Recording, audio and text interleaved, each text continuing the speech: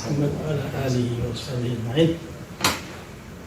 جزاكم الله خيرا على مجاعتوت نجار من تربوت نجار الله سراتشون كبلاتشون عملوا ياو كذا قال بدي مميز لو مثلوا دعوة أمانة يقول لسبوت أمانة لنا የዳዋ ኃላፊነት የጥቂት ምሁራኖች ወይም በእኛ አጠራር ዳዒዎች የምንላቸው ሰዎች ስራ ሳይሆን የኡማው አማና ነው። ነብዩ ሰለላሁ ዐለይሂ ወሰለም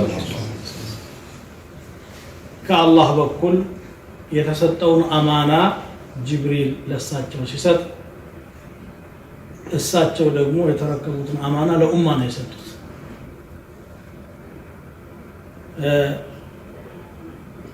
أمين من في السماء يزوي متاور مالنا أمين الله في أرضه ونوح النبي صلى الله عليه وسلم لصحابات تاعنا يسدد صحابة دمو إهن آدرا إهن أمانة كبدة نوكو مولو أكماتشون بس لاينو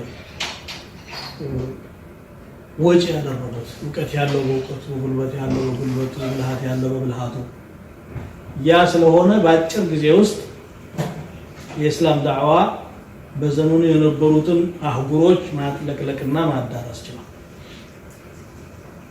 ጠንካራ ቁሳዊ ጉልበት ኑሯቸው አይደለም፣ ጠንካራ ሳይንሳዊ ኢኮኖሚያዊ ጉልበት በዛን ሰዓት አልነበረም። ምናልባት ካለም በሮምና በፋሪስ እጅ ነበር ያለው።